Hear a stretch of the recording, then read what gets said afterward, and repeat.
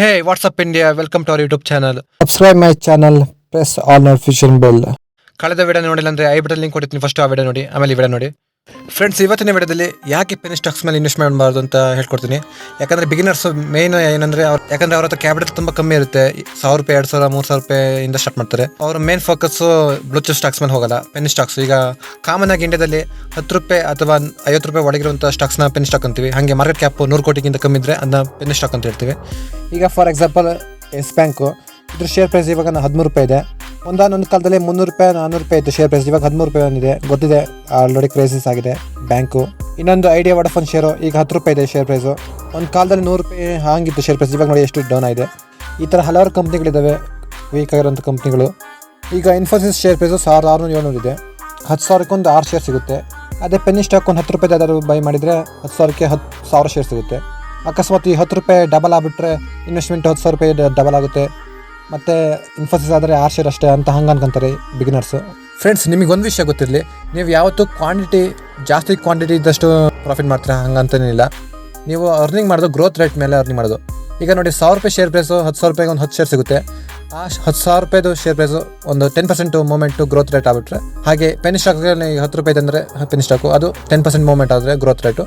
ಎರಡು returns same. ಅಂದರೆ ನೀವು ಇಲ್ಲಿ ಕ್ವಾಂಟಿಟಿ ಮೇಲೆ ಅರ್ನಿಂಗ್ ಮಾಡ್ತಿಲ್ಲ, ಶೇರ್ ಪ್ರೈಸನ್ನ ಗ್ರೋತ್ ಮೇಲೆ ಅರ್ನಿಂಗ್ ಮಾಡ್ತಿರ್ತೀರಿ. ಸೊ ನೀವು ಕ್ವಾಂಟಿಟಿ ಜಾಸ್ತಿ ಆದ ಕ್ವಾಂಟಿಟಿ ಸಿಗುತ್ತೆ, ಅದ್ರ ಮೇಲೆ ಫೋಕಸ್ ಮಾಡೋಕೆ ಹೋಗ್ಬೇಡಿ. ಯಾವ ಕಂಪನಿ ತುಂಬ ಗ್ರೋತ್ ರೇಟ್ ಇದೆ, ಒಳ್ಳೆ ಶೇರ್ ಪ್ರೈಸ್ ಇದೆ ಅಂಥದ್ರಲ್ಲಿ ಇನ್ವೆಸ್ಟ್ ಮಾಡೋಕ್ಕೆ ಟ್ರೈ ಮಾಡಿ. ಪೆನಿ ಸ್ಟಾಕ್ 10 ರೂಪಾಯಿ, 20 ರೂಪಾಯಿ ಇದೆ, ಜಾಸ್ತಿ ಕ್ವಾಂಟಿಟಿ ಸಿಗುತ್ತೆ ಅಂತ ಹಂಗೆಲ್ಲ ನೀವು ಮಾಡ್ಲಿಕ್ಕೆ ಹೋಗ್ಬೇಡಿ. ಯಾಕಂದರೆ ತುಂಬ ಟಿಪ್ಸ್ ಕೊಡ್ತಿರ್ತಾರೆ, ನ್ಯೂಸಲ್ಲೆಲ್ಲ ಹಾಡ್ತಿರ್ತಾರೆ, ಅದು ನೋಡ್ಕೊಂಡು ನೀವು ಇನ್ವೆಸ್ಟ್ ಮಾಡೋಕೆ ಹೋಗ್ತೀರಾ. ಸೊ ಅಂಥ ತಪ್ಪು ಮಾಡೋಕೆ ಹೋಗ್ಬೇಡಿ. ತುಂಬ ದೊಡ್ಡ ಸ್ಕ್ಯಾಮ್ ಇದು, ಪಂಪ್ ಆ್ಯಂಡ್ ಡಂಪ್ ಸ್ಕ್ಯಾಮ್ ಅಂತ ಹೇಳ್ತಾರೆ. ಈಗ ಎಸ್ ಬ್ಯಾಂಕು ಶೇರ್ ಹೋಲ್ಡಿಂಗ್ ಅಂತ ಬಂದರೆ ನೋಡ್ಬೋದು, ಇಲ್ಲಿ ಪಬ್ಲಿಕ್ ಹತ್ರ 46% ಇದೆ, ಪ್ರೊಮೋಟರ್ ಹತ್ರ ಒಂದೊಂದು ಚೂರು ಶೇರ್ ಇಲ್ಲ, ಸ್ಟೇಕಿಂಗ್ ಇಲ್ಲ. ತುಂಬ ಜನ ಏನಂದರೆ 10 ರೂಪಾಯಿ, 20 ರೂಪಾಯಿ ಇದೆ, ಇವತ್ತು ಬೈ ಮಾಡಿ ಇಟ್ಕೊಂಡ್ರೆ ನಾಳೆ ಡಬಲ್ ಆಗ್ತಿಲ್ಲ ಅಂತ ಅನ್ಕೊಂತಾರೆ. ಬಟ್ ಪ್ರೊಮೋಟರ್ ಹತ್ರ ಯಾರ ಹತ್ರ ಇಲ್ವೇ ಇಲ್ಲ, ಎಲ್ಲ ಪಬ್ಲಿಕ್ ಹತ್ರನೇ ಇದೆ. ಸೊ ಎಲ್ಲ ಇಂಥ ಮುಗ್ಧ ಏನು ಗೊತ್ತಿಲ್ಲ ಅಂತ ಬಿಗಿನರ್ಸ್ ಇನ್ವೆಸ್ಟರ್ ಹಾಗೆ ಮಾಡೋ ತಪ್ಪು. ತುಂಬ ಕ್ವಾಂಟಿಟಿ ಸಿಗೋದಂತ ಬೈ ಮಾಡಿಬಿಡ್ತಾರೆ, ಮುಂದೆ ಗ್ರೋತ್ ಆಗ್ಬೋದು ಅಂತ. ಬಟ್ ವೆಯ್ಟ್ ಮಾಡ್ತಾನೆ ಇರ್ತಾರೆ, ಬಟ್ ಅದು ಯಾವತ್ತೂ ಮೂವ್ಮೆಂಟ್ ಆಗಲ್ಲ ಕಂಪ್ನಿ. ಯಾಕಂದರೆ ಪ್ರಾಫಿಟ್ ಇಲ್ಲ, ಸೇಲ್ಸ್ ಇರಲ್ಲ. ಲಾಂಗ್ ಟೈಮ್ ನೀವೆಲ್ಲ ನೋಡಿದೆ, 10 ವರ್ಷದ ಅಡ್ಜಸ್ಟ್ ನೋಡಿದೆ, ಏನು ಪ್ರಾಫಿಟ್ ಏನೂ ಇರಲ್ಲ. ಅದು ಶೇರ್ ಪ್ರೈಸ್ ಅಷ್ಟು ಮೂವ್ಮೆಂಟ್ ಆಗೋದಿಲ್ಲ, ಪಂಪ್ ಆ್ಯಂಡ್ ಡಂಪ್ ಆಗ್ಬೋದು ಅಷ್ಟೇ. ಆಮೇಲೆ ಲಾಸ್ಟಿಗೆ ಲಾಸಲ್ಲಿ ಮಾರ್ಕೊಂತಾರೆ. ಇನ್ನೊಂದು ಸೂಝ್ಲಾನ್ ಎನರ್ಜಿ ಅಂತ ಕಂಪನಿ, ಇದ್ರ ಶೇರ್ ಹೋಲ್ಡಿಂಗ್ ನೋಡಬೇಕಾದ್ರೆ ನೋಡಿ ಫ್ರೆಂಡ್ಸು, 64-65% ಪಬ್ಲಿಕ್ ಹತ್ರನೇ ಇದೆ, ಪ್ರೊಮೋಟರ್ ಹತ್ರ ಇರೋದು ಬರೀ 16% ಅಷ್ಟೇ. ಈ ಥರ ಸುಮಾರು ನೀವು ಪೆನಿ ಸ್ಟಾಕ್ ನೀವು ಚೆಕ್ ಮಾಡಿ ನೋಡ್ಬೋದು ಅವ್ರದ್ದು ಶೇರ್ ಹೋಲ್ಡಿಂಗ್ ಹೆಂಗಿದೆ ಅಂತ. ಪ್ರೊಮೋಟರ್ ಹತ್ರ ಕಮ್ಮಿ ಇರುತ್ತೆ, ತುಂಬ ಕಮ್ಮಿ ಇರುತ್ತೆ, ಎಲ್ಲ ಪಬ್ಲಿಕ್ ಹತ್ರನೇ ಇರುತ್ತೆ ಜಾಸ್ತಿ. ಅದು ದೊಡ್ಡ ಮಿಸ್ಟೇಕು. ಅದೇ ರಿಲಯನ್ಸ್ ಇಂಡಸ್ಟ್ರೀಸ್ ಅಂತ ಸ್ಟ್ರಾಂಗ್ ಕಂಪ್ನಿಗಳು ಇರ್ತಾರಲ್ಲ, blue chip stocks, large cap stocks ಇರ್ತಾರಲ್ಲ ಅಂಥವ್ರು ನೋಡಿ ಶೇರ್ ಹೋಲ್ಡಿಂಗು. ಪ್ರೊಮೋಟರ್ ಹತ್ರ 60-70-50% ಅವ್ರ ಹತ್ರನೇ ಇರುತ್ತೆ. ಈಗ ವಡಾಫೋನ್ ಐಡಿಯಾ ಪ್ರಾಫಿಟ್ ಲಾಸ್ ಅಂತ ಬಂದರೆ ನೋಡ್ಬೋದು, ಇಲ್ಲಿ ನೆಟ್ ಪ್ರಾಫಿಟ್ ಅಂತ 2017 ಟೈಮು 18, 19, 20 ಎಲ್ಲ ಮೈನಸಲ್ಲಿದೆ. ಪ್ರಾಫಿಟ್ ಇವ್ರು ಏನು ಮಾಡೇ ಇಲ್ಲ, ಇವ್ರು ಪ್ರಾಫಿಟ್ ಮಾಡೋಕ್ಕಾಗ್ತಿಲ್ಲ. ಈ ಥರ ತುಂಬ ಪೆನಿ ಸ್ಟಾಕ್ ನೀವು ಎಕ್ಸಾಂಪಲ್ ಕೊಡ್ಬೋದು ಬೇಕಾದ್ರೆ ನಿಮಗೆ ತೋರಿಸ್ತಾ ಹೋದರೆ. ಎಲ್ಲವೂ ರೆವೆನ್ಯೂ ಬರ್ಬೋದು, ಇಲ್ಲ ರೆವೆನ್ಯೂ ಇರಲ್ಲ, ಪ್ರಾಫಿಟ್ ಇರಲ್ಲ, ಫ್ರೀ ಕ್ಯಾಶ್ ಫ್ಲೋ ಅಂತೂ ಮೊದಲೇ ಇರಲ್ಲ.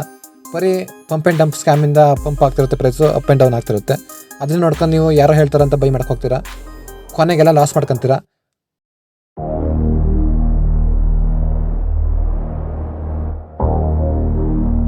ನಾನು ಹೇಳಿದೆ ಅಷ್ಟೇ, ಯಾವತ್ತೂ ಶೇರ್ ಪ್ರೈಸ್ ನೋಡ್ಕೊಂಡು ಬೈ ಮಾಡೋಕ್ಕೆ ಹೋಗಲೇಬೇಡಿ, ಜಾಸ್ತಿ ಕ್ವಾಂಟಿಟಿ ಸಿಗುತ್ತೆ ಅಂತ ಬೈ ಮಾಡೋಕ್ಕೆ ಹೋಗಬೇಡಿ.